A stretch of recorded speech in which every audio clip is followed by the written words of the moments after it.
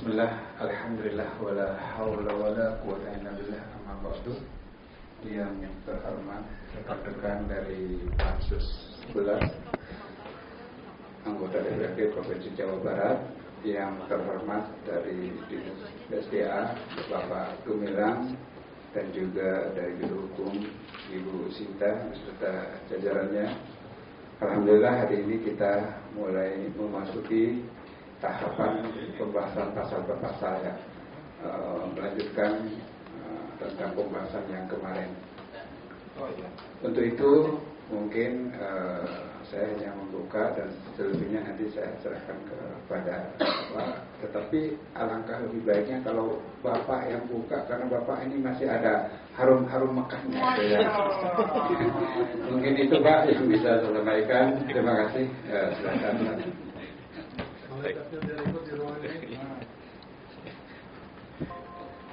Baik, terima kasih Pak Ketua. Assalamualaikum warahmatullahi wabarakatuh. Waalaikumsalam. Alhamdulillah, wassalatu wassalamu rasulillah. Yang kami hormati Bapak Ketua Pansus, Bapak Wakil Ketua Pansus dan seluruh anggota Pansus 11 DPRD Provinsi Jawa Barat. Alhamdulillah, suatu kehormatan bagi kami. Hari ini kami dapat bergabung kembali untuk mengikuti pembahasan perda penggunaan sumber daya pada air permukaan. Tidak lupa juga yang kami hormati dan Ibu Sinta dari tim beserta jajarannya dari Biro Hukum.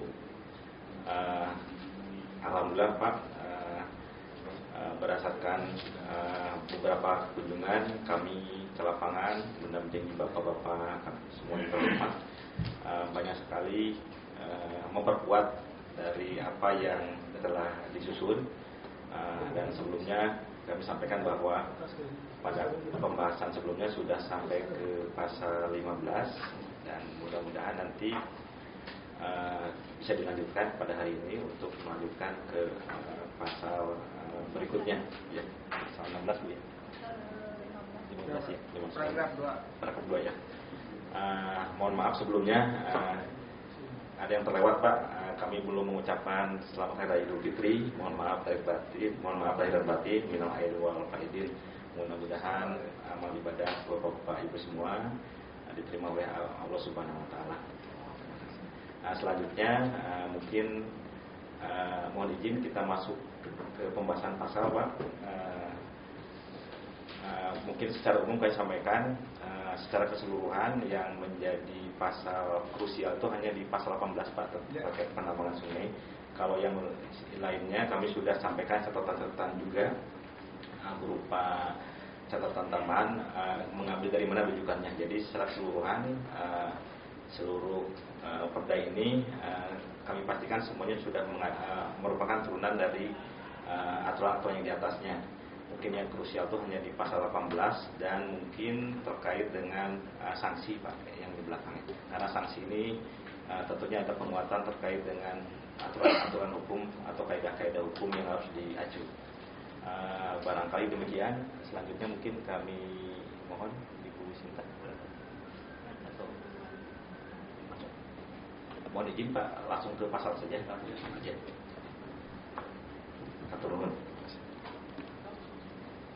Bismillahirrahmanirrahim. Assalamualaikum warahmatullahi wabarakatuh.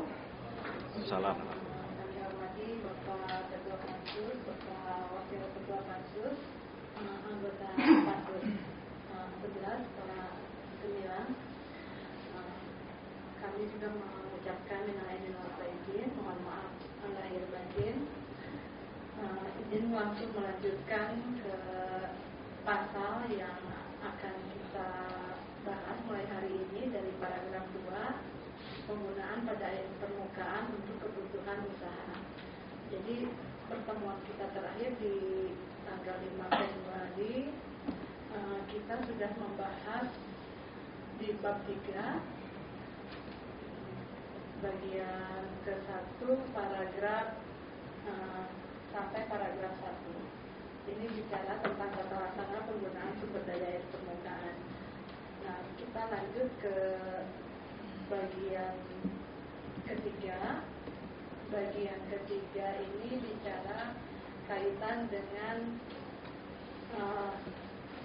perlakuan untuk kegiatan penggunaan pada air permukaan, mana yang bisa, mana yang diwajibkan memerlukan perizinan, dan juga mana yang mana yang perlu izin dan mana yang perlu persetujuan. Jadi kalau untuk izin intinya untuk kegiatan yang kebutuhan usaha, untuk persetujuan adalah untuk yang sifatnya kebutuhan bukan usaha. Izin kami langsung mulai di pasal 15. Paragraf 2, penggunaan pada air permukaan untuk kebutuhan usaha. Pasal 15 ayat 1, setiap penggunaan pada air permukaan untuk kebutuhan usaha wajib memiliki izin.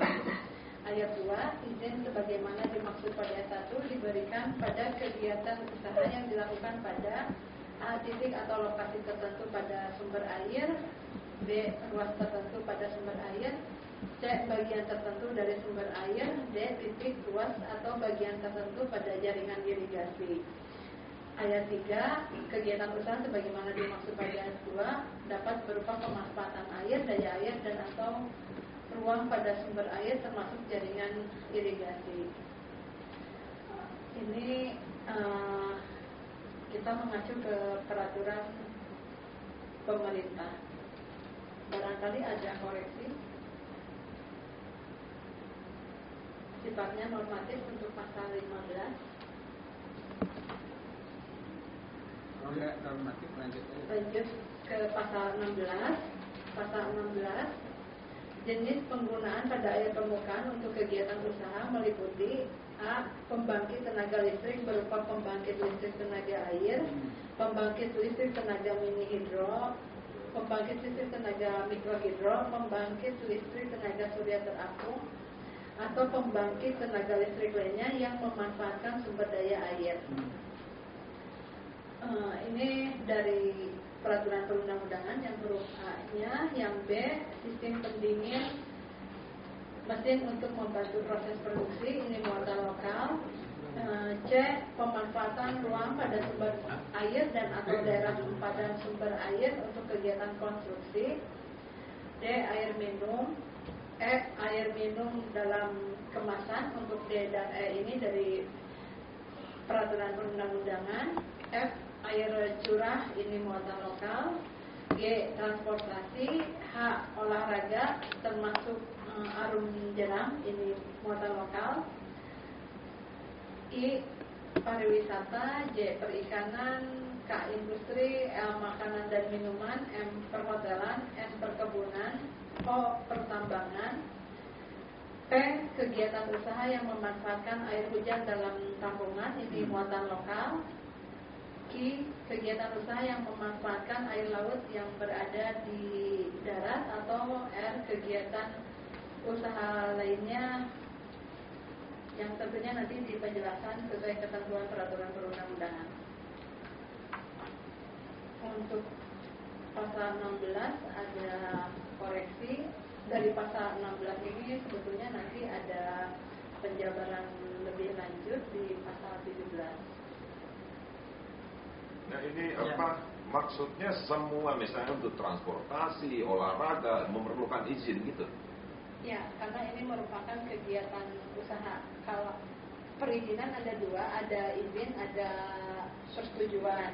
Nah, kalau izin itu untuk kegiatan usaha yang rincian jenisnya ada di pasal 16. Kalau yang bukan kegiatan usaha itu persetujuan. Oke, di spesifiknya perikanan seperti apa?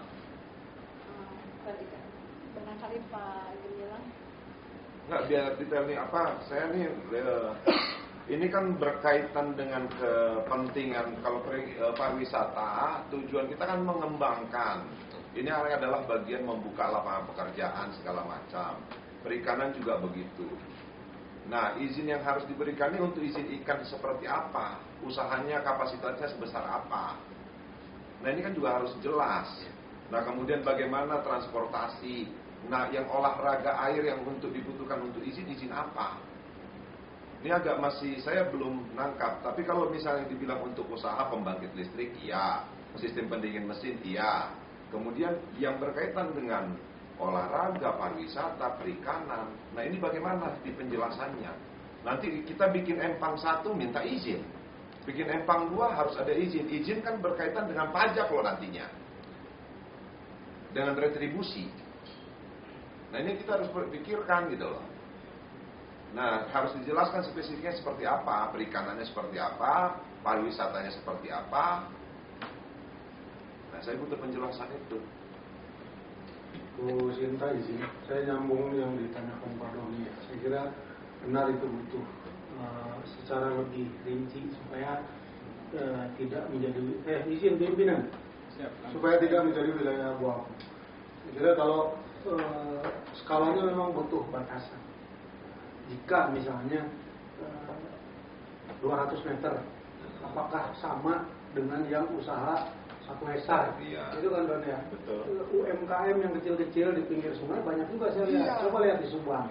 Itu. Jadi ini menurut saya butuh di bagian penjelasan.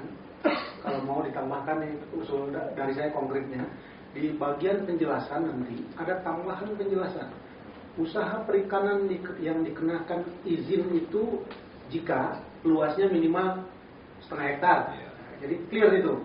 Kemudian olahraga. Kalau olahraga dalam kaitannya PON misalnya, Porda, kan beda lagi ceritanya dengan olahraga misalnya arung jeram yang memang menjadi usaha. Betul. Desa. Di tempat wisata. Nah, ini saya lihat memang ada juga tren ke arah itu di desa-desa wisata kita. Tapi ini sekali lagi saya kira butuh tambahan di bagian penjelasan tentang apa yang kalau tadi clear kalau soal misalnya PLTS sebagainya saya kira sudah selesai lah itu PLTS dan sebagainya. Tapi yang lain-lain beberapa hal yang krusial yang menimbulkan tanda tanya pro kontra dan sebagainya saya kira toh tidak semua hal harus kita jelaskan di penjelasan. Tapi intinya saya kira butuh tambahan di bagian penjelasan. Saya kira itu ya Don ya. Tambahan. Sebentar. Ini yang saya pertanyakan pertama antara poin D sama E. Ini air minum, kemudian air minum dalam kemasan. Dan kemudian saya perlu penjelasannya di air minum, kemudian air curah, kemudian olahraga, pariwisata, sama transportasi. Transportasi ini kita nanti orang yang ketek nyebrang antar kali harus izin lagi, bayar lagi. Nah, kemudian yang perikanan, kan kita lihat nih di Jawa banyak orang yang memanfaatkan kali untuk merawat kalinya sampai bersih. Mereka juga merawat ini, melihara ikan. Apakah itu butuh izin? Kreativitas. Ini yang saya bilang begini, rakyat jadi takut berkreativitas. Kenapa? Karena ada aturan-aturan yang seperti ini. Gitu. Banyak orang pingin usaha, tapi karena negara memperoleh itu, akhirnya besok tidak akan ada lagi orang yang punya ide kreatif, kemudian mau berinvestasi, karena negara sendiri yang mempersulit. Gitu loh. Ya, tolong dijelaskan nanti di penjelasan. Terima kasih pimpinan. Taman, mungkin waktu perikanan kita pernah berkunjung ke Jatiluhur ya. Di situ ada mungkin salah satu saya mengusulkan ada perikanan apa yang di Cirata itu jaring apung Pak. Jaring apung itu yang mungkin salah satunya saya itu jaring apung. Nah ini juga memang perlu penjelasan termasuk juga jaring apung mereka yang punya 2 kolam 3 kolam mungkin India sama lah. Hanya saya ingin menjelaskan perikanan yaitu adalah pada jaring apung yang waktu itu tersirat pada pemilikan karena lewat Cirata lewat Jatiluhur itu maka masuk karena memang begitu banyaknya luasnya mereka waktu itu tidak dapat izin sementara kita ke sana itu waktu itu bau karena makanan ikannya ke bawah sehingga menjadi bau waktu itu. Nah itu maka harus ada perikanan harus punya perizinan itu. Mungkin nanti di penjelasan betul juga yang tambahan ke saya juga yang F nih kegiatan usaha yang memanfaatkan air hujan dalam tampungan ini juga harus ada penjelasan. Ini air hujan dalam tampungan lagi-lagi kata Pak Dwi kalau segede batok, nah gitu ya. Sama perkebunan nih. Yang segede ember bisa gitu istilah jadi ada pilihan dan juga kegiatan usaha lainnya ini juga harus dijelaskan. Kalau tidak ada kegiatan lain poinnya jadi coret sampai ki. Kalau kegiatan lainnya lebih baik disampaikan, jangan sampai nanti berdebat di kemudian hari. Itu mungkin tambahannya. Mangga. Izin pimpinan, boleh pimpinan? Nah, terima kasih pimpinan. Assalamualaikum warahmatullahi wabarakatuh. Pimpinan, anggota Pansus dan seluruh hadirin Bapak Gemilang, Bu Sinta dan yang hadir semuanya ya. Saya juga sama-sama Pak minal aidin wal faizin semuanya. Mohon maaf dan batin. Saya di sini melihat pasal 16 ini agak tanda petik nih kelihatannya ya Bu Sinta. Kalau memang ada rujukannya dari mana, maka silakan saja. Banyak poin-poinnya seperti yang terakhir dari Pak Yusuf. Air hujan ditampung.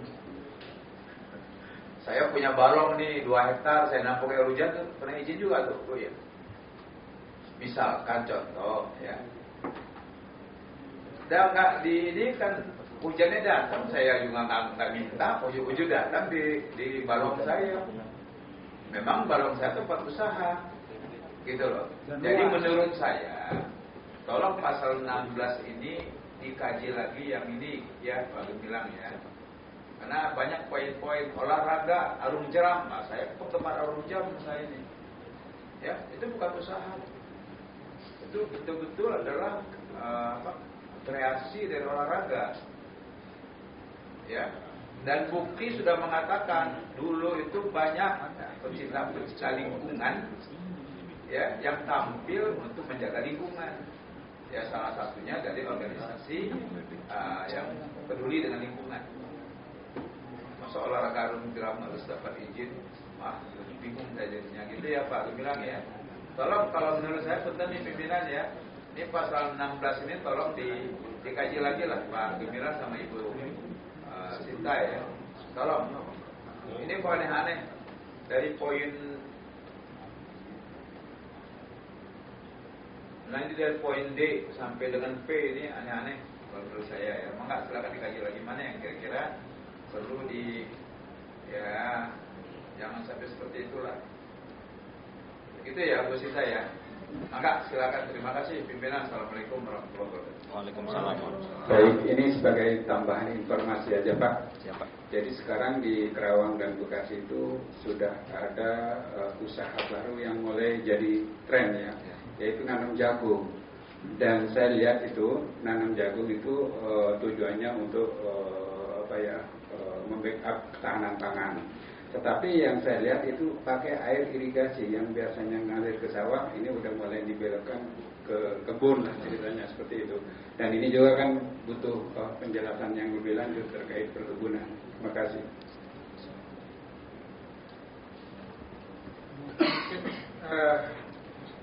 Konfliknya kalau mungkin yang di deret olahraga termasuk arung jeramnya termasuk di pariwisata.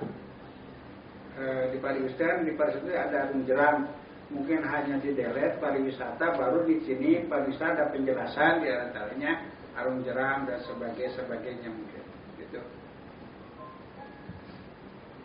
Ya, saya mungkin izin pimpinan ya. Saya kira kalau olahraga termasuk arung jeram itu bukan hobi itu, bukan usaha saya kira. Itu adalah bagian dari organisasi olahraga. Kan ada bidang ininya kan. Ya, ada Ya. persatuan. Ada arung jeram yang berbayar pada di daerah. Iya, artinya di sini jangan kita buat lagi sesuatu yang aneh-aneh gitu Pak. Ya, arung jeram ini olahraga. Ya punten, ini catatan dari saya juga lama di KONI misalnya. Jadi kalau misalkan ada organisasi olahraga yang harus kena pajak, kena ini juga, ya kasihan gitu loh. Dan nggak betul juga tuh. Ini bukan pariwisata loh, arung jeram ini. Karena di sini dikaitkan dengan olahraga termasuk arung jeram. Makanya hanya di DPR. Maka silakan Pak.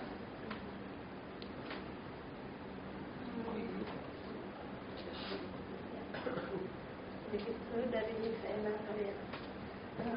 Izin menanggapi kaitan pertanyaan Bapak untuk pasal 16. Jadi sebetulnya sebagian besar memang sudah mengacu kepada Permen PUPR nomor 2 tahun 2024. Jadi seperti pariwisata, perikanan itu tuh memang tidak ada penjabaran detail lagi dari poin-poin ini. Nah, lalu menanggapi kaitan arum jeram, memang dilihatnya dari sudut kegiatannya dia untuk komersil atau tidak barangkali Pak. Nah, kalau untuk arum jeram yang tadi Bapak sampaikan, memang kan itu kegiatannya bukan untuk komersil ya. Tapi kalau arum jeram yang sekarang banyak di sektor pariwisata, memang ya itu Jadi komersil ya. Ini ya pimpinan ya, yang namanya arum jeram itu adalah salah satu cabang olahraga. Di KONI itu ada cabur arum jeram, ada gitu. Di sini disebutkan olahraga termasuk arum jeram. Artinya kita kan sudah memberi satu batasan. Kasihan nanti yang mengelola ya cabang olahraga arum jeram ini, nanti kasihan gitu loh. Kan kalau dulu kan dipertandingkan Bu. Jadi bukan arum jeram itu yang ada air mancur kita bermain itu, bukan itu. Arum jeram ini adalah perlombaan menggunakan sarana yang air deras itu. Ya betul ya. Ya betul Pak, kalau yang disampaikan Bapak memang itu bukan, barangkali nanti dari Pak Gemilang ya, bukan kegiatan komersil, tapi ada arum jeram yang seperti di Pangalengan, di Citarik, itu kan bukan olahraga, pariwisata. Nah itu memang harus ada penjelasan lebih lanjut barangkali. Makanya itu masuk di pariwisata. Ya enggak, ini aja maksud saya tadi PP berapa dari PU? Permen berapa? PUPR nomor 2 2024.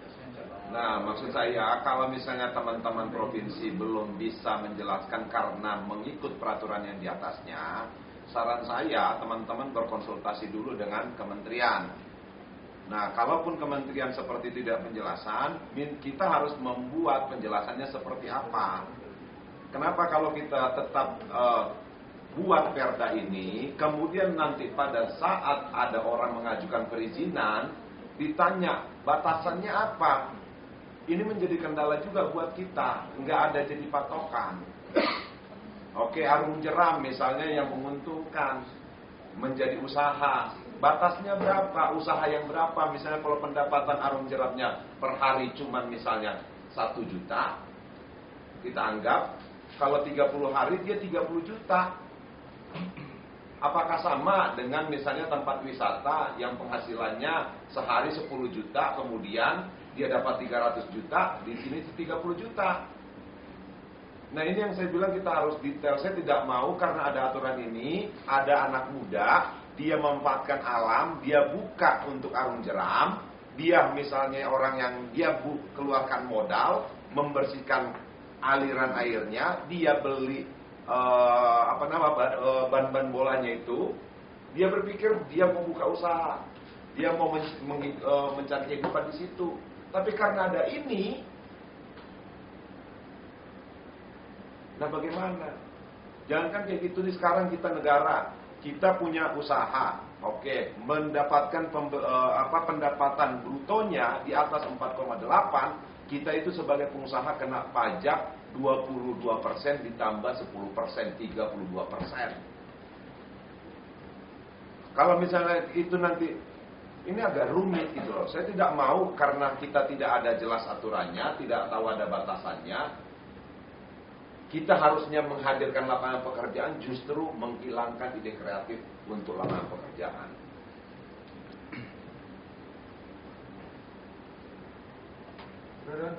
Ya, gitu ya. Biar konsultasi dulu deh ke kementerian. Saya kira sebetulnya agak mudah. Kalau mau dimudahkan juga agak mudah. Karena ada PNBP. Ya, PNBP itu misalnya pendapatan sampai di bawah 10 juta, misal aja, kan ada patokannya. Nah, jika itu terjelaskan di bagian penjelasan nantinya, saya kira itu menjadi lebih clear. Jadi kalau usaha UMKM tapi tidak masuk dalam angka, kan sama kita juga take home pay itu ada yang pendapatan maksimal tidak kena pajak PTKP. Nah, ini saya kira yang butuh penjelasan di bagian itu, sebabnya saya bilang tadi butuh bagian penjelasan. Ini ada penjelasan. PSBB, PTKP dan sebagainya saya kira tinggal dimasukkan kriterianya, sehingga jika tadi yang dikhawatirkan Doni saya kira betul. Jadi mereka yang usaha cuma 1 hari cuma dapat, atau 1 bulan, gampangnya kan biasanya per bulan. Omsetnya per bulan cuma 2 juta, 3 juta, otomatis itu dia termasuk dalam PTKP. Nggak akan, tidak kena pajak. Nah, ini yang kerap kali memang akhirnya jadi perdebatan agak panjang soalnya. Saya kira PTKP butuh dicantumkan, karena sama halnya dengan usaha yang perikanan dan sebagainya pun saya kira butuh kejelasan. Jadi nggak ada wilayah yang abu-abu. Di lapangan pasti kawan-kawan butuh kejelasan. Saya kira itu. Penjelasan nggak perlu di sini. Kalau ini saya setuju. Baik, terima kasih Pak Doni, terima kasih Bapak semua, terima kasih. Yang pertama, pasal 16 ini sebenarnya nyupik langsung dari Permen PU Pak, nomor 2 tahun 2024. Sedikit mungkin gambarannya bahwa ini rejimnya rejim izin Pak, belum ke rejim pendapatan. Jadi izin itu mengatur sebenarnya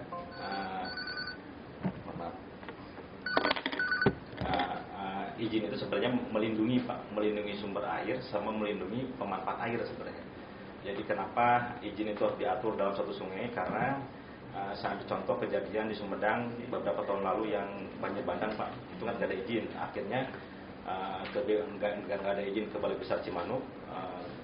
Kalaupun toh izin, dia tidak akan diizinkan di luas itu Pak, karena itu kan berbahaya bagi sumber air dan bagi penggunanya. Jadi kalau untuk rejim izin ini sebenarnya boleh tidaknya Pak. Iya, boleh tidaknya. Sedangkan kalau untuk pendapatan di undang-undang HKBP itu yang baru diatur dikenakan pajak itu baru pemanfaatan airnya Pak. Jadi nggak semua jenis usaha ini semuanya kena pajak Pak saat ini.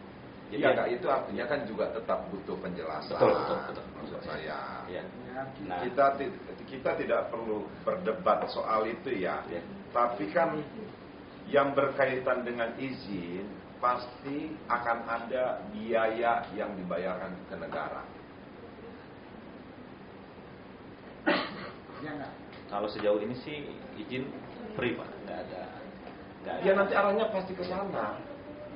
Kan kepentingan ini saya sadar misalnya untuk menjaga. Tapi kan menjaga ini kan kita bisa lihat batasnya tadi. Misalnya usaha jarum karung jeramnya posisinya di mana, yang seperti ini ya tidak perlu izin. Yang seperti ini makanya itu penjelasannya yang harus dijelaskan. Saya tidak ada persoalan mau teman-teman ini, tapi nanti akan yang dihadapin sama teman-teman kendalanya pada saat orang melakukan permohonan perizinan, begitu ada pertanyaan seperti itu, teman-teman tidak bisa menjelaskan.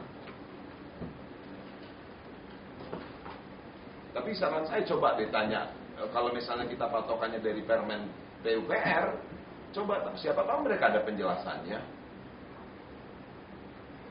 Gitu Pak Gumilang.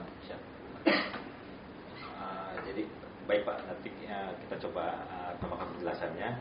Tapi pada prinsipnya sebenarnya semua kegiatan yang terkait dengan sumber air itu Pak, sumber air itu memang harus ada harus ada izin ya.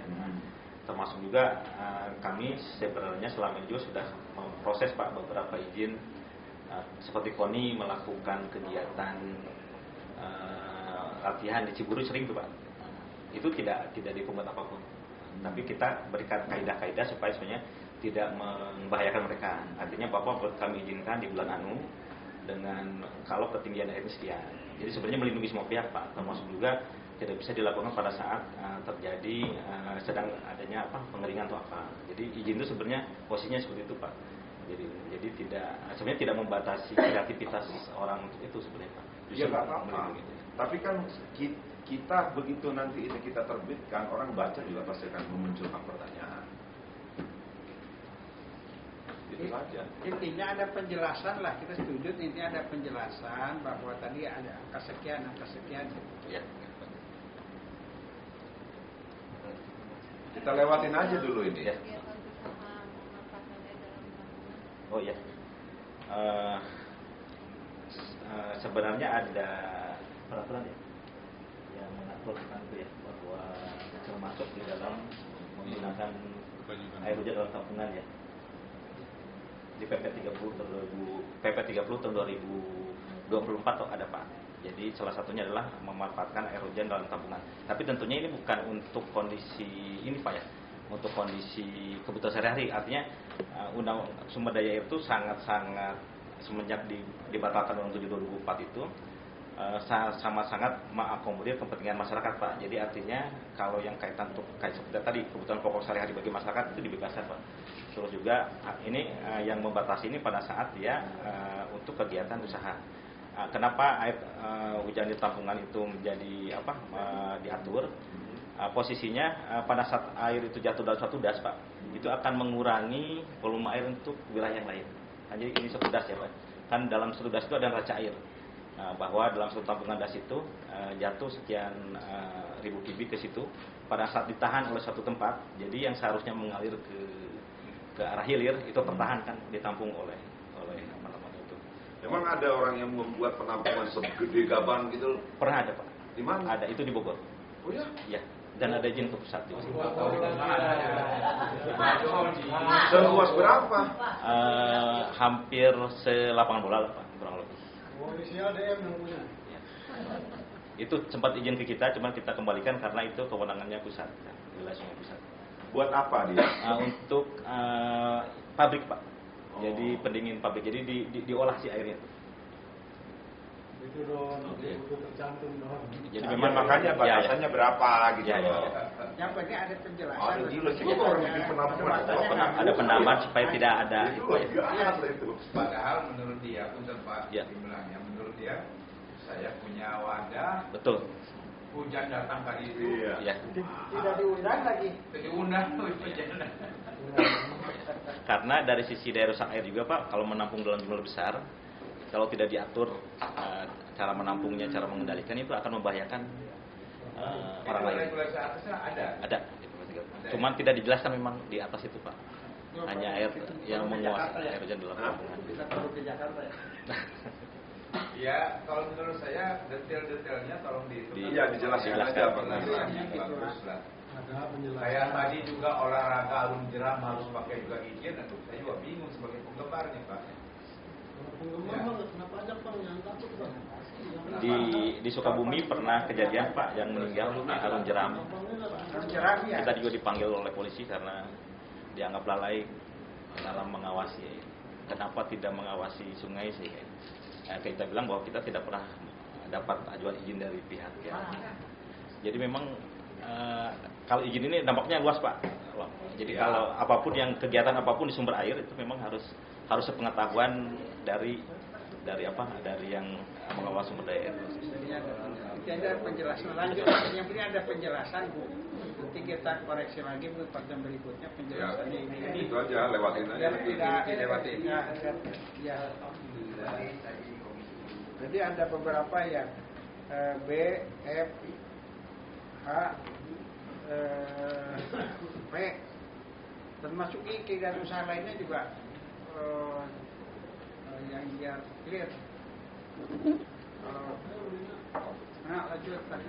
Izin Pak, saya mau ini tadi di sini kan ada ya pariwisata, perikanan, ada industri, ada makanan minuman, perhotelan, perkebunan. Padahal pertanian juga tidak sedikit Pak. Tapi kenapa pertanian di sini tidak ada? Kurang masuk ke baik gampang. Nah itu maksudnya. Itu koneksi. Baik, terima kasih Bu. Izin itu dikecualikan dua Bu, untuk penggunaan pokok sehari-hari bagi kebutuhan masyarakat itu tidak boleh, tidak izin, dan pertanian rakyat Bu. Itu di pasal atasnya udah di awal-awal itu memang kecuali pertanian yang di luar sistem irigasi yang ada, itu harus izin. Izin itu artinya untuk melihat ketersediaan airnya apakah mencukupi atau tidak. Ada juga industri pertanian ya, itu pasti menggunakan air banyak. Kalau selama ini yang kami temukan adalah industrinya ke perkebunan seperti bunga di Cipanas itu dia masuknya kategorinya ke perkebunan. Pertanian besar juga ya? Kalau pertanian besar tidak ada. Itu yang pakai greenhouse itu berarti bukan? Maksudnya perkebunan tuh, yang greenhouse yang bunga-bunga itu Bu ya. Itu ada di. Ada tanaman hortikultura? Ya, perkebunan ya. Sementara komoditas perkebunan itu kan itu kan? Iya. Perkebunan itu barang-barang keras itu Pak. Jadi seperti di daerah Sukabumi itu Bu yang ke arah atas itu memang mereka juga ambil izin juga ke kita ngambil itu. Tapi dia nggak masuk ke pertanian. Iya, bunga itu. Ya. Termasuk Cipanas juga puncak, tapi izinnya ke pusat. Itu izin juga ngambil airnya.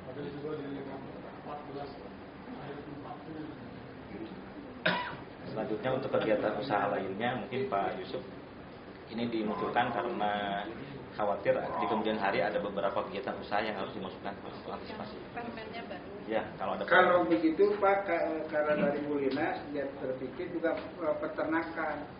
Kalau begitu, karena peternakan malah lebih menggunakan air lebih daripada perkebunan. Air yang dari sumur, air yang dari mata air itu lebih ekstrim, lebih kejam pengambilan airnya daripada perikanan, perkebunan sebetulnya. ke peternakan bisa Pak? Itu mah berlaku sama. Ya. Bisa ditambahkan Pak? Ya. Peternakan. Ya, saya mau juga.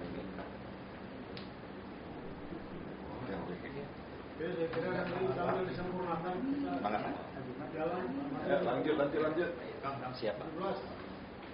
Masuk 17. Lanjut pasal 17 ayat 1, pemanfaatan ruang pada sumber air untuk kegiatan usaha pembangkit listrik tenaga surya terapung sebagaimana dimaksud dalam pasal 16 huruf A harus berdasarkan hasil kajian teknis yang dilakukan oleh pemohon dan disetujui oleh perangkat daerah provinsi yang melaksanakan urusan sumber daya air.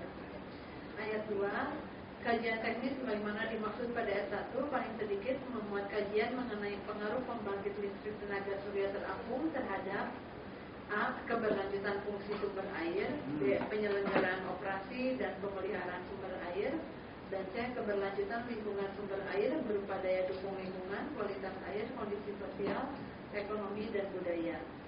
Ayat 3, ketentuan lebih lanjut mengenai kajian teknis sebagaimana dimaksud pada ayat 1 diatur dalam peraturan gubernur. Lanjut. Nah, kalau Pak Doni lanjut semua. Selesai. Siap. Pasal 18 ayat 1, penggunaan pada air permukaan untuk kegiatan pertambangan sebagaimana dimaksud dalam pasal 16 huruf O meliputi A. Penggunaan air untuk eksplorasi, eksploitasi, dan pemurnian bahan tambang dari sumber air, dan B. Pengambilan komoditas tambang di sungai.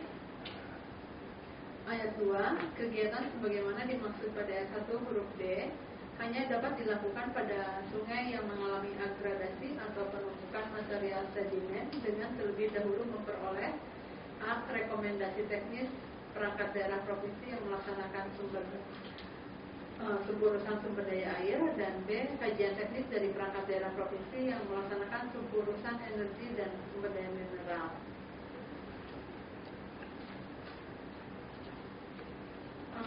Mohon maaf, yang ayat 2 bukan suburusan tapi melaksanakan urusan umumnya di hapus.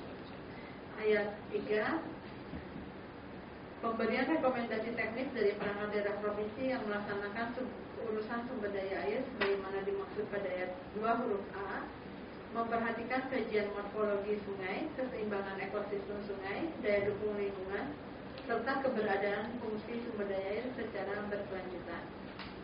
Ayat 4, ketentuan lebih lanjut mengenai tata cara, proses, dan persyaratan sebagai pengambilan komoditas tambang di sungai diatur dalam peraturan gubernur. Ini yang tadi subnya dihapus, yang ayat 3-nya juga subnya juga bagaimana? Sub urusan Maksudnya tersambung atau gimana? kalau Sama yang nggak? pasal 18 3 ayat 2, kalau kita bicara dinas melaksanakan SDA itu suburusan sumber daya air, kalau yang SDM itu Urusan. urusan bukan Oh, suburusan. oke. Dari Kemendagri. Kalau SDA sub, kalau SDM urusan. Ya. Oke. Karena Biar nggak malu juga kita keluar nanti nih, kok beda gitu loh. Ini dari Kemendagri Pak itu. Iya, oke. urusan di Diaturnya undang-undang. Itu juga disatukan loh. Memang tulisan disatukan suburusan. Suburusan, ya. Jadi pada akhirnya sesungguhnya ada dua dinas terkait. Iya. Iya. Karena terkait pertambangan kan. Iya. Akhirnya. Oke. Pak Jo, Lanjut. Itu Nah, Pak Junedi itu. Pak Jo. Ya ini kan apa? Sudah cukup ya dari Pak Jo di waktu itu apa? Dari sungai itu pengambilan sungai. Oh iya, 18 Ya. 18 sudah cukup. Pimpinan boleh masuk. Pimpinan, nanya tuh pimpinan. Lanjut. Boleh? Ya. Baik. Terima kasih. Pertama, pasal 17 dan 18 ini kan sebenarnya menjelaskan pasal 16 huruf A dan huruf O ya. Nah, ini menarik karena tadi juga perdebatan kita kan di pasal 16 itu banyak mempermasalahkan terkait dengan deskripsi atau penjelasan lebih lanjut dari berbagai poin huruf A sampai huruf R itu ya. Tapi kemudian hanya dijelaskan di dua pasal terkait dengan yang A sampai O saja. Padahal problemnya ternyata teman-teman mengendaki banyak penjelasan selain huruf A dan O juga. Nah, ini apakah kemudian walaupun tadi sudah ada agak mengerucut usulannya ada penjelasan, tapi menurut saya menarik pola pasal 17-18 untuk juga menjelaskan beberapa jenis usaha yang diatur dalam pasal 16 itu, supaya lebih clear begitu. Jadi kalau menurut saya, ya kenapa kemudian tidak lebih banyak dijelaskan juga selain huruf pasal 16 huruf A sama O, ada juga huruf lain yang juga dijelaskan. Ya.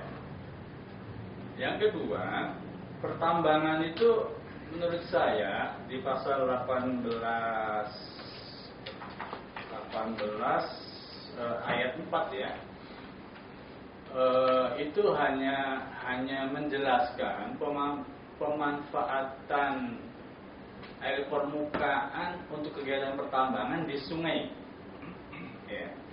Apakah kemudian selain sungai itu berarti tidak terikat dengan aturan ini? Ini bahaya menurut saya.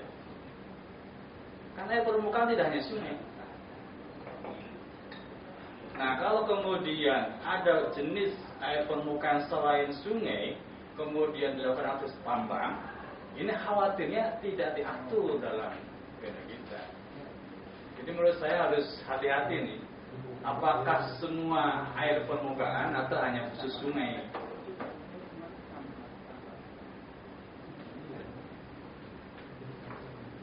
Nah, misalnya di pasal di ayat 4 yang ketentuan adalah mengenai tata cara proses pertambangan kompleks tambang di sungai diatur dalam Pergub.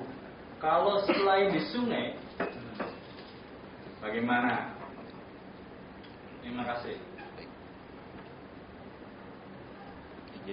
Langsung Pak. Baik, terima kasih Pak. Yang pertama di pasal 18 ini, sebenarnya pasal 18 ini tadinya bab tersendiri Pak.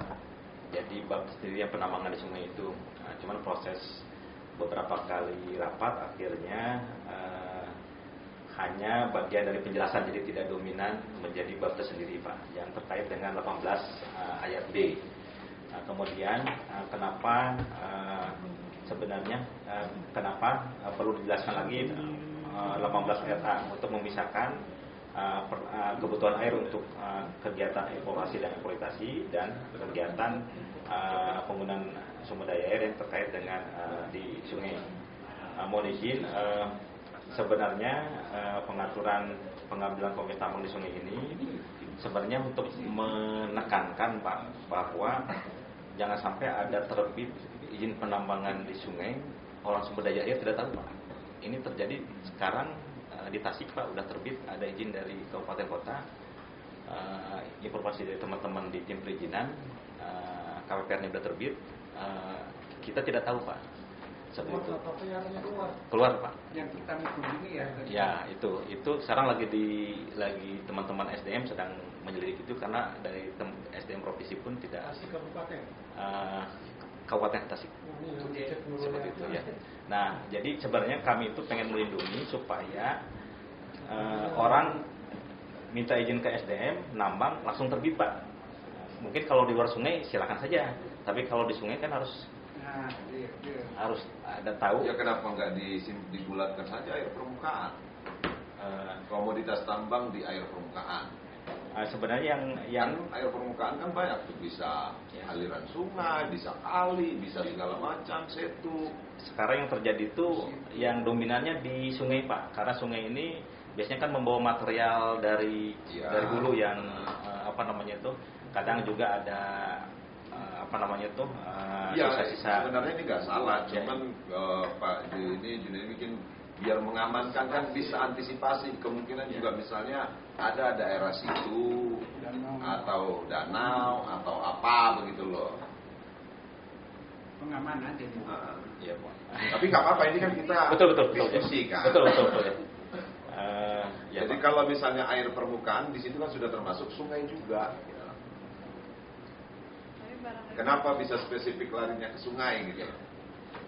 Karena yang memang terjadi sedimentasi berlebih itu memang Ya sungai. di sungai Pak. Iya. Ya, dan memang di penjelasan Undang-Undang 17-nya yang dibunyikannya di material di sungai Pak. Gitu, seperti itu. Jadi gimana Pak Junedi? Ya kalau sebenarnya yang perusahaan di pasal 18 ini aja Pak. Izin ya, mungkin sedikit menambahkan mungkin Pak Gemilang. Tadi sudah disampaikan oleh Pak Gemilang, ya pasal 18 ini termasuk pasal yang krusial. Salah satunya tercantum izin pertambangan di sungai. Sementara kita kan sudah mengatakan, sudah membahas dari awal, ini pemberian izin seperti ini berisiko tinggi gitu. Ya. Apalagi dalam perda sudah kita cantumkan boleh.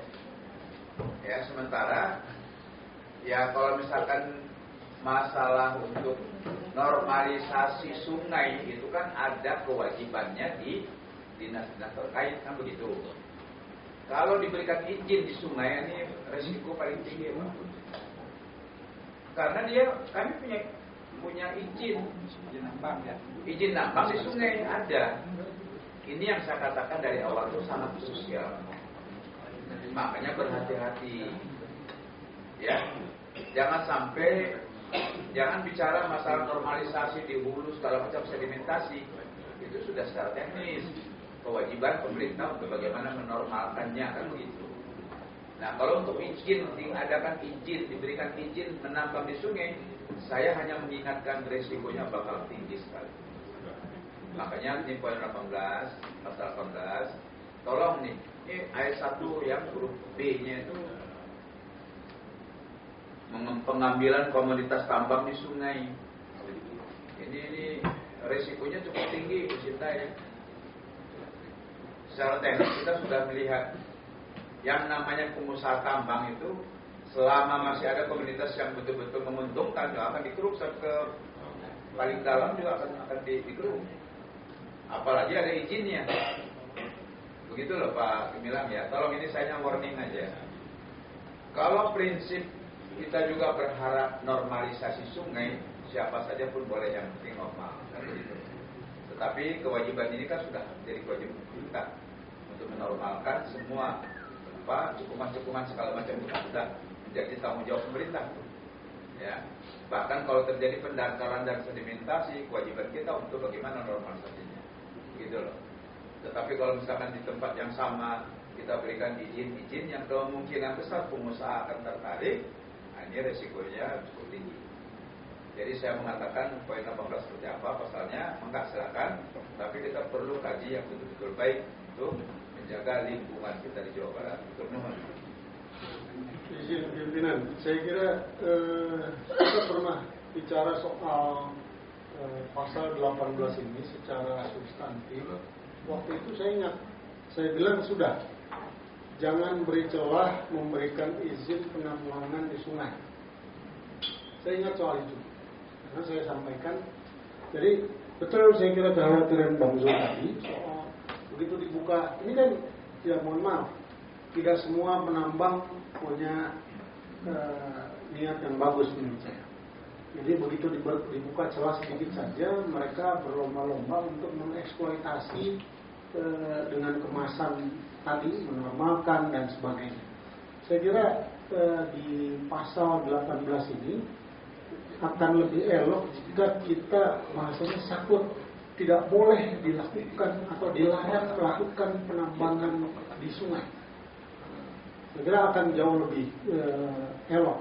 Itu artinya kita tidak membuka celah sedikit pun pada mereka untuk melakukan penambangan.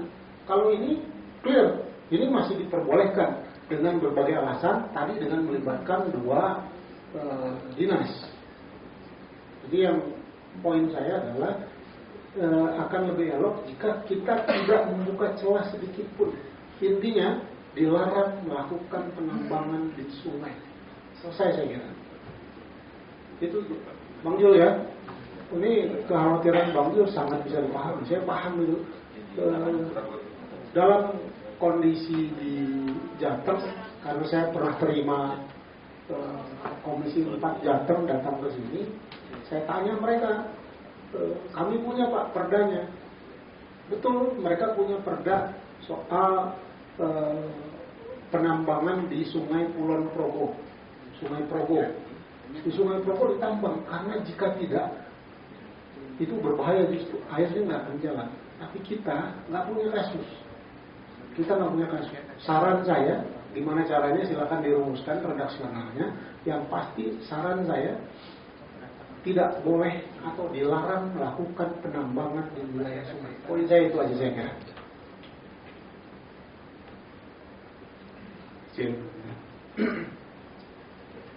Izin, kalau nggak salah di pembahasan sebelumnya sudah ada catatan juga terkait dengan izin tambang di sungai ini. Kecenderungannya memang untuk tidak membuka peluang memberikan izin, begitu ya. Tapi juga catatannya jangan sampai tidak memberi peluang untuk memberikan izin ini jadi celah untuk kriminalisasi tambang rakyat. Kan kalau di kampung-kampung bangun rumah itu ngambil pasir, ngambil batu dari sungai biasanya gitu ya. Nah, catatannya kalau toh memang tidak akan dibuka peluang untuk memberikan izin, jangan jadi celah juga untuk kriminalisasi gitu ya. Bisa jadi nanti di masyarakat yang nambang untuk bangun rumah, ngambil pasir, batu dari kali, dicomot gitu kan. Peluangnya besar untuk melakukan kriminalisasi. Artinya secara pribadi saya kira pertimbangan untuk tidak membuka peluang izin itu sangat masuk akal gitu ya. Karena dampak buruknya akan lebih besar gitu ya. Tapi juga jangan membuka celah untuk terjadi kriminalisasi. Begitu. Terima kasih.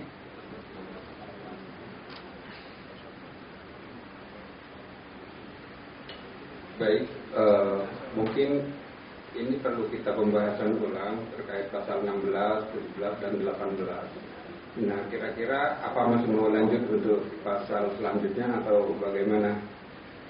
Teman-teman juga saya minta sarannya. kita lewati dulu 3 pasal itu atau bagaimana? Oh, baik, lanjut. Catatan paling nggak catatan serius saya kira untuk 3 pasal itu untuk dirumuskan ulang atau gimana? Tolong dicari ininya, regulasi atasnya. Kemudian punten pimpinan, saya kira kalau kita juga bisa kita lanjut dari masalah, tapi minta batasan waktu itu Ketua. Sampai jam berapa kita mau kembang? Kita sampai jam 6. 1 Pak. 10 malam lah. Jam 6 ya? Jam sendirian. Jam 6. Jam 3. Asap. Ya. Jam 2 lah. Sampai jam 2. Bagaimana kesepakatannya? Sampai jam berapa? Jam 1 boleh, setuju saya. Kenapa? Ngikut Bapak. Sampai jam 1 ya? Oh, baik, terima kasih. Ya punten Pak Milang, ya ini kajian dari pasal 16, 17, 18. Kita perlu juga ada rujukan-rujukan regulasi di atasnya seperti apa, sehingga dalam pembahasan yang akan datang kita bisa saklek ya untuk menyusun seperti apa yang terkait dengan masalah izin usaha yang berbeda. Kalau misal penggunaan untuk pribadi segala macam bisa saja. Nah yang untuk usaha, angkat. Baik. Terima kasih Pak Jul, Pak Dadi, Bapak-Bapak semua. Jadi semangatnya memang awalnya itu memang sebenarnya untuk melindungi sungai itu sendiri Pak tadinya ya. Sebenarnya pilihannya 2 Pak. Tadi disampaikan Pak Dadi, saklek langsung ditutup sama sekali, tidak ada buka, tapi tetap dicantumkan Pak. Jadi pasal memang yang melarang ya. Kan selama ini kan tidak ada. Tidak ada ini Pak, jadi karena nggak ada pasal itu, jadi orang bisa dengan dalih langsung ke SDM, langsung bisa ngambil segala macam. Jadi kalau kita step memang dilarang, kalau disepakati semua. Kalau kami sebenarnya nggak punya kepentingan Pak, kepentingan kami hanya menjaga sungai itu sendiri seperti itu. Nah tadinya kan dibuka celah itu sebenarnya ada kriteria ketat itu tadi Pak ya, ada morfologi sungai dan lain segala macam, yang walaupun sebenarnya kalau dilakukan juga, saya yakin 2-3 tahun ke depan nggak bakal ada penambahan karena belum pernah ada kajian morfologi sungai Pak di kita. Karena kan mahalnya satu ruas sungai itu mengkajinya itu 150 km diukur itu sedimentasi segala macam juga saya pastikan tidak akan ada sekarang terbit kajian itu. Tapi kalau memang mau sepakat seperti itu, paling nanti saya dengan tim biro hukum nanti akan membuat gimana baiknya, apakah nanti khusus pasal yang dihapus semua nanti mungkin masuk ke pasal larangan mungkin Pak itu lebih tepat nanti di, tapi intinya asal disepakati semua oleh bapak-bapak semua bahwa memang kebijakannya bahwa untuk sungai di Jawa Barat tidak boleh ada penambangan. Ini juga sebagai rambu-rambu untuk yang pihak lain yang akan melakukan penambangan. Jadi dibukanya nanti terkait dengan normalisasi yang dilakukan oleh Dinas Perangkat Daerah tadi. Itu barangkali Pak. Ya. Lanjut ke pasal, mohon izin lanjut ke pasal 5 menit lagi mungkin Pak.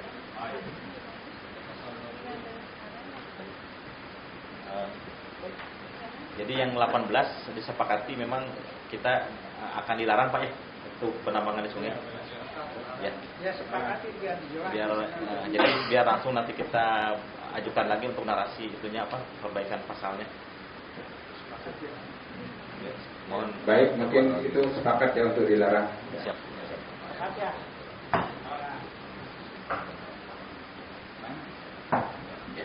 Baik, terima kasih Pak.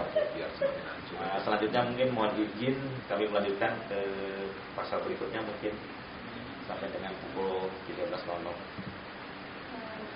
Pasal 19. Dalam hal kegiatan usaha menggunakan sumber air berupa mata air, pemegang izin harus mendukung dan bekerja sama dengan perangkat daerah provinsi yang melaksanakan kebutuhan sumber daya air dalam melakukan pengamanan fisik terhadap mata air dan melaksanakan penguasaan negara atas sumber daya air. Lanjut.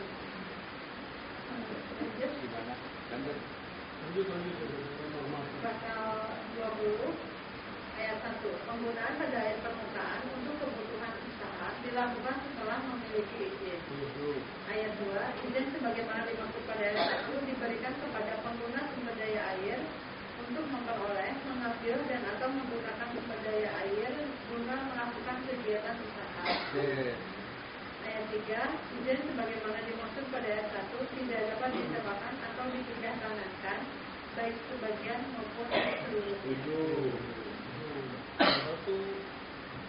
Lanjut pasal 21 ayat 1, izin sebagaimana dimaksud dalam pasal 20 diterbitkan oleh gubernur. Ayat 2, izin sebagaimana dimaksud pada ayat 1 diberikan kepada A. BUMN, D. BUMD, C. BUMN desa, D. koperasi, E. badan usaha swasta, atau F. perseorangan. Ayat 3, izin sebagaimana dimaksud pada ayat 1 diberikan dengan mempertimbangkan ketersediaan air dan atau pemanfaatan ruang pada sumber air serta pemeliharaan sumber air. Ayat 4, penerbitan izin sebagaimana dimaksud pada ayat 1 dilaksanakan oleh perangkat daerah provinsi yang melaksanakan urusan pemerintahan bidang penanaman modal dan fungsi pelayanan terpadu satu pintu dalam kerangka perizinan berusaha melalui sistem OSN. Pasal 22 ayat 1, izin sebagaimana dimaksud dalam pasal 21 diterbitkan berdasarkan pengajuan permohonan izin. Ayat 2, permohonan izin sebagaimana dimaksud pada ayat 1 hanya dapat diajukan oleh satu sumber air. Ayat 3, permohonan izin sebagaimana dimaksud pada ayat 1 wajib dilengkapi dengan persyaratan administrasi dan persyaratan teknis. Ayat 4, dalam rangka penerbitan izin, perangkat daerah provinsi yang melaksanakan urusan sumber daya air melakukan verifikasi terhadap persyaratan teknis dalam penerbitan izin sebagaimana dimaksud pada ayat 3. Lanjut pasal 23 ayat 1. Dalam hal permohonan izin sebagaimana dimaksud dalam pasal 22 dinyatakan lengkap, proses permohonan dilanjutkan dengan proses penerbitan rekomendasi teknis.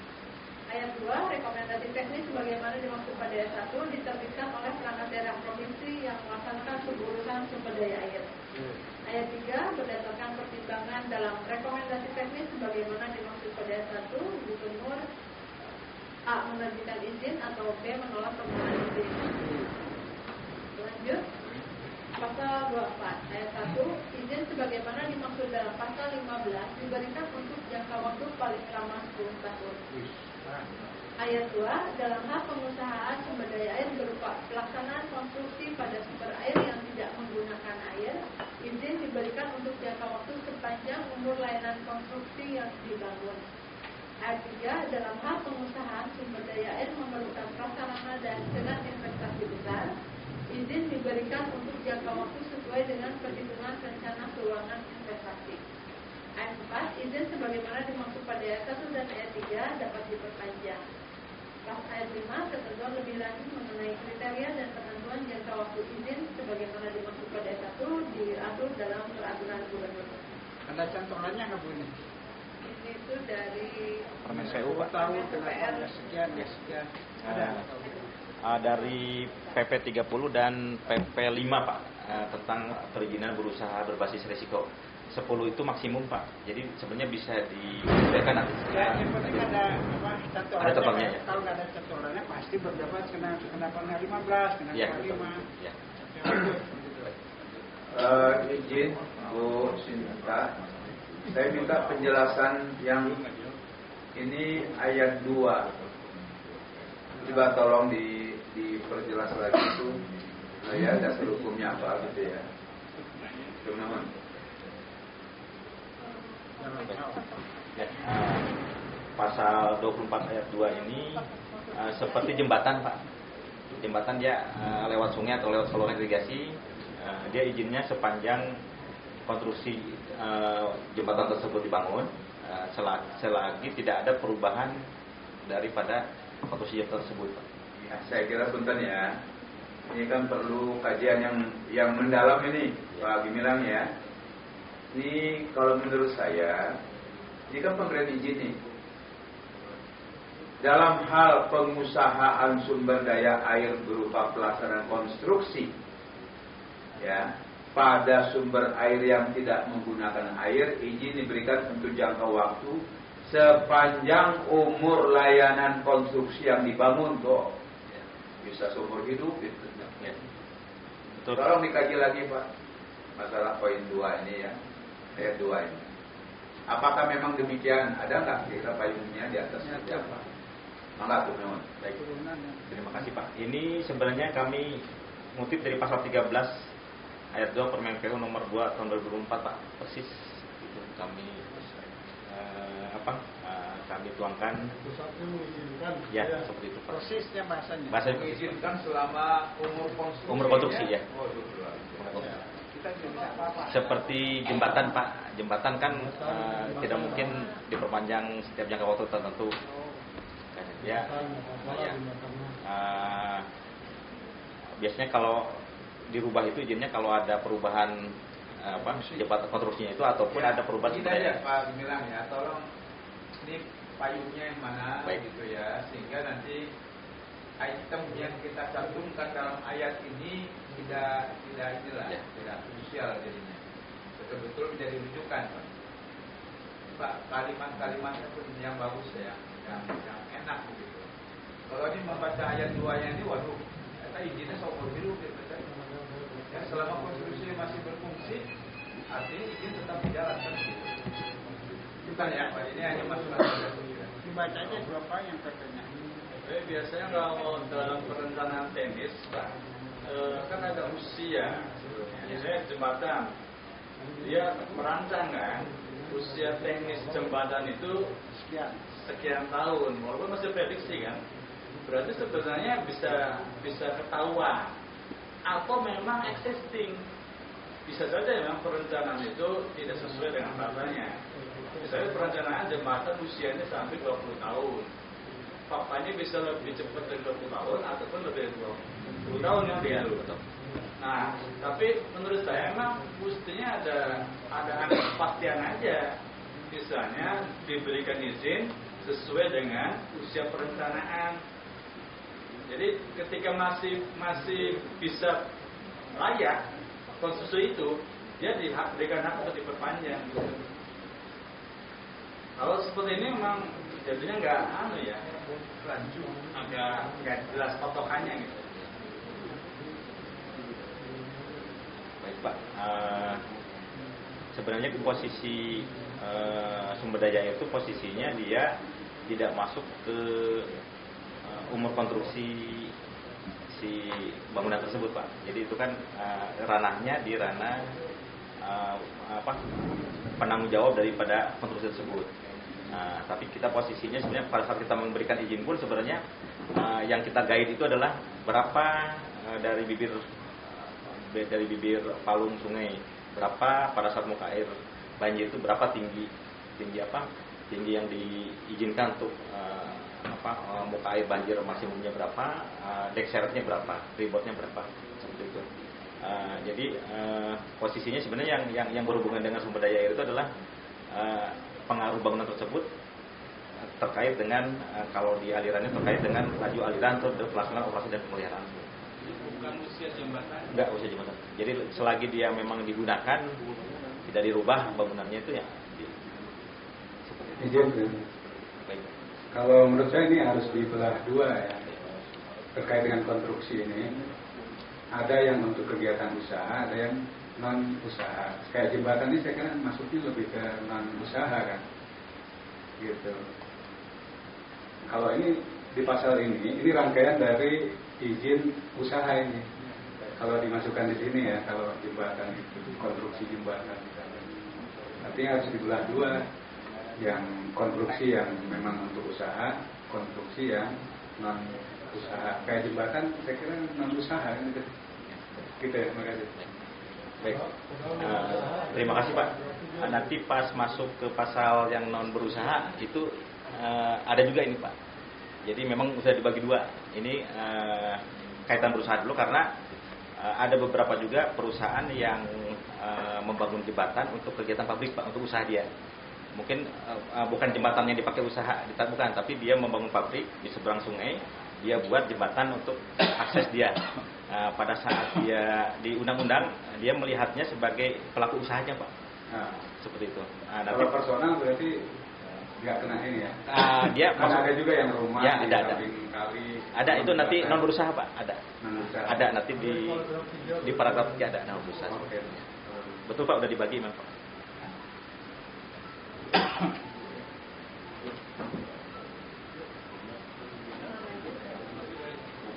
pasal 25 ayat 1, izin yang akan habis masa berlakunya dapat diperpanjang dengan mengajukan perpanjangan izin kepada gubernur melalui sistem OSS paling lambat 1 bulan sebelum jangka waktu izin berakhir.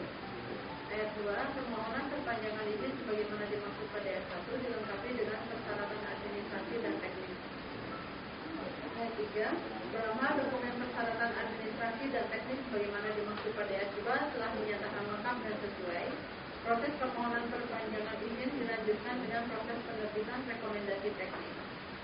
Ayat 4, rekomendasi teknis perpanjangan izin sebagaimana dimaksud pada ayat 3 diterbitkan oleh perangkat daerah provinsi yang melaksanakan keputusan sumber daya air. Ayat 5, berdasarkan pertimbangan dalam rekomendasi teknis sebagaimana dimaksud pada ayat 4, gubernur menetapkan perpanjangan izin atau menolak permohonan perpanjangan izin. Lanjut barangkali ya, normatif. Pasal 26 ayat 1, perpanjangan izin sebagaimana dimaksud dalam pasal 25 dapat diajukan apabila tidak terdapat perubahan dalam kegiatan pengusahaan sumber daya air yang telah mendapatkan izin sebelumnya. Ayat 2, perpanjangan izin mempertimbangkan a. keadaan yang dipakai sebagai dasar perizinan berusaha mengalami perubahan, b. perubahan kondisi lingkungan sumber daya air yang sangat berarti, dan atau c. kebijakan pemerintah.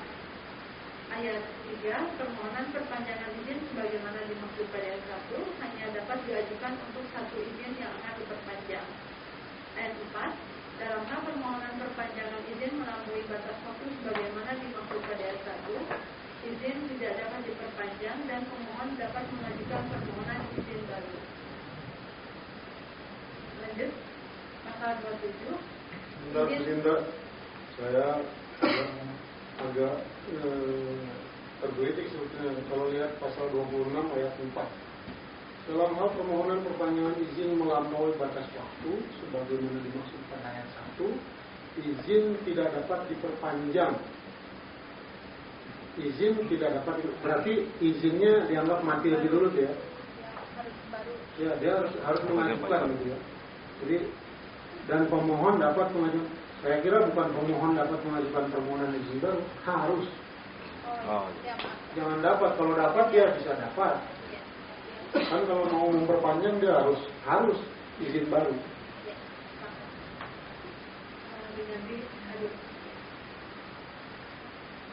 Lanjut. Pasal 27. Izin tidak dapat diperpanjang apabila terdapat perubahan a. kuota dan jadwal pengambilan air, b. tempat atau lokasi penggunaan sumber daya air, c. cara pengambilan dan atau pembuangan air, d. cara penggunaan sumber daya air, e. jenis atau tipe prasarana yang telah dibangun, dan atau f. spesifikasi teknis bangunan. Lanjut. Pasal 28. Gubernur dapat melakukan perubahan izin sebagaimana dimaksud dalam pasal 15 berdasarkan permohonan pemegang izin atau dalam keadaan tertentu. Ayat 2, permohonan perubahan izin oleh pemegang izin sebagaimana dimaksud pada ayat 1 disampaikan kepada gubernur melalui sistem OSS. Ayat 3, permohonan perubahan izin oleh pemegang izin sebagaimana dimaksud pada ayat 2 hanya dapat diajukan untuk satu izin yang akan diubah. Ayat 4, perubahan izin dalam keadaan tertentu sebagaimana dimaksud pada ayat 1 dilakukan dalam hal a. keadaan yang dipakai sebagai dasar pemberian izin pengusahaan sumber daya air mengalami perubahan, b. terjadi perubahan kondisi lingkungan sumber daya air yang sangat berarti, c. terdapat perubahan kebijakan pemerintah, dan d. volume penggunaan air selama 12 bulan berturut-turut kurang dari 90% dari kuota yang ditetapkan dalam izin pengusahaan sumber daya air. Ayat 5, dalam hal perubahan izin diakibatkan oleh ketentuan sebagaimana dimaksud pada ayat 4, gubernur menyampaikan pemberitahuan perubahan izin kepada pemegang izin. Pasal 28 ini dari mana Bu? Ini dari PPN. Dasar angka 90% nya juga di PP eksplisit. Di Permen PU eksplisit Pak. Permen PU nomor 2 tahun 2025. Ya, evaluasi. Ya. Jika dalam 12 bulan terakhir tidak mencapai angka 90%-nya itu. Ya. Clear ya angkanya? Ya,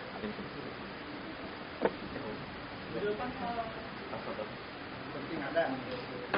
Itu dasarnya dong. pasal 29 ayat apa? Permen PU. Biar pada ditampilkan, biar pada ditampilkan. Mohon ditampilkan.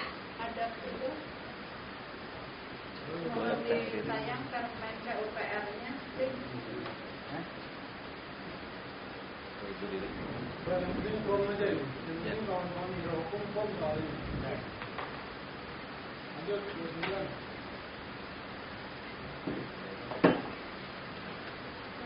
Pasal 29 ayat 1, izin sebagaimana dimaksud dalam pasal 15 batal dengan sendirinya apabila pemegang izin berubah. Ayat 2, pemegang izin dapat mengajukan permohonan perubahan izin dalam jangka waktu paling lama 1 bulan setelah perubahan nama pemegang izin. Ayat 3, selama jangka waktu sebagaimana dimaksud pada ayat 2 dan atau selama proses permohonan perubahan izin, pemilik usaha yang baru atau badan usaha yang baru tetap mendapatkan alokasi air.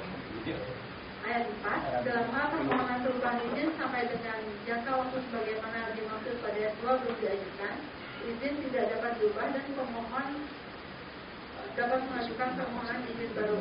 Harus diganti harus lanjut.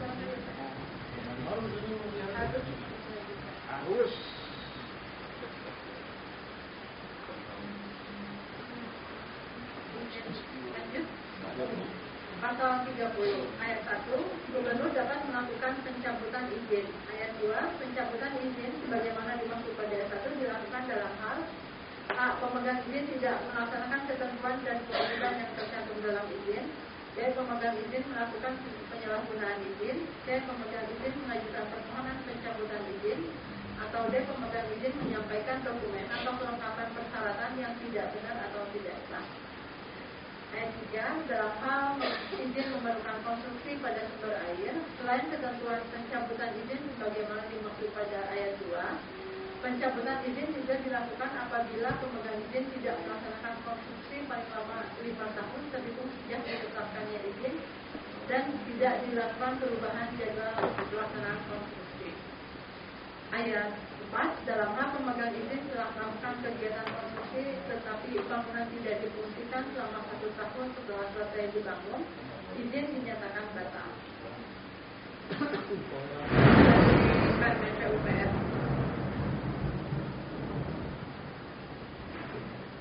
Ini maksudnya konstruksi paling lama 5 tahun ini apa ya? Untuk apa Pak Gumilang?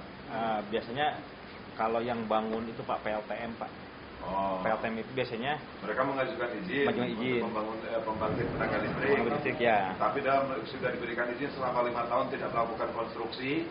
Ya. Jadi bisa dicabut. Lama juga 5 tahun. Biasanya juga mereka 1 tahun aja kalau nggak serius 1 tahun cabut. Mereka tuh paralel dengan itu Pak, izin ke PLN Pak, dapat kuota. Di PLN-nya berapa lama? Itu lama. Biasanya ya sekitar 3-4 tahunan Pak. Jadi penunggu-nunggu itu Pak mereka itu. Kita bekerja di direksi PLN dulu. Kita bekerja di direksi PLN dulu. Amin. Kita aminkan apa tadi? Oh karena itu persoalannya. Persoalannya itu Pak. Dan memang sudah ini kan kami kutip juga dari Permen PU Pak, PUPR. Memang rata-rata sudah di nasional pun seperti itu. Jadi lintas sektor berarti ini. Iya, lintas sektor Pak. Oke, ada rujukannya ya Pak? Ada. Makanya agak bingung 5 tahun. Ya, detik-detik terakhir. Pasal 31 ketentuan lebih lanjut mengenai persyaratan administrasi dan persyaratan teknis serta tata cara proses permohonan pengajuan perpanjangan dan perubahan izin diatur dalam peraturan gubernur. Oke. Kenapa ada pasal 4 tolak itu? Dalam hal pemegang izin telah melakukan kegiatan konstruksi, tapi bangunan tidak difungsikan selama 1 tahun setelah selesai dibangun, izin dinyatakan batal. Itu yang tadi kekhawatiran kata terlalu lama. Iya. Dan panjang 5 tahun kan kaitannya ada PLN, ada ini. Iya, tapi ini juga tidak seimbang kalau mengikuti yang keempat. Begitu 1 tahun mereka tidak fungsikan, langsung bilang investasinya juga. Kan setahun habis, dia didorong kalau udah membangun tapi nggak difungsikan. Iya, nggak, maksudnya 1 tahun ini menurut gue juga ini harus kita bicarakan kalau dibandingkan dengan pasal 3. Kita setengah kamar.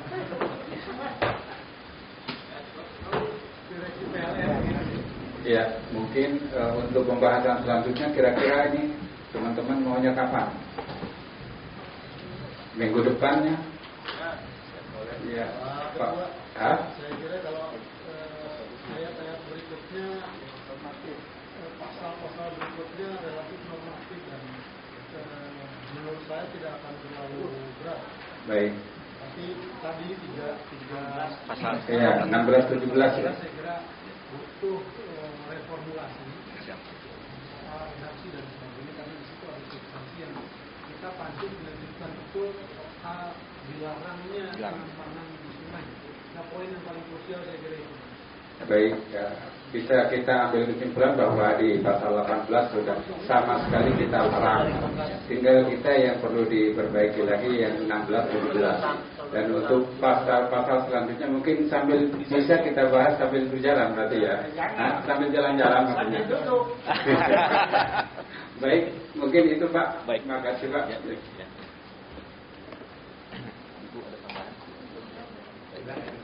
Betul? Masih bau-bau.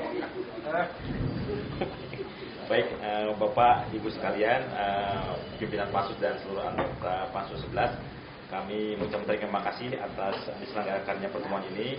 Kami akan segera perbaiki tadi terkait dengan pasal 17, 18 dan tadi sudah diputuskan bahwa untuk di Jawa Barat tidak dilarang adanya penambangan di sungai. Gitu Pak. Ini sudah disepakati oleh seluruh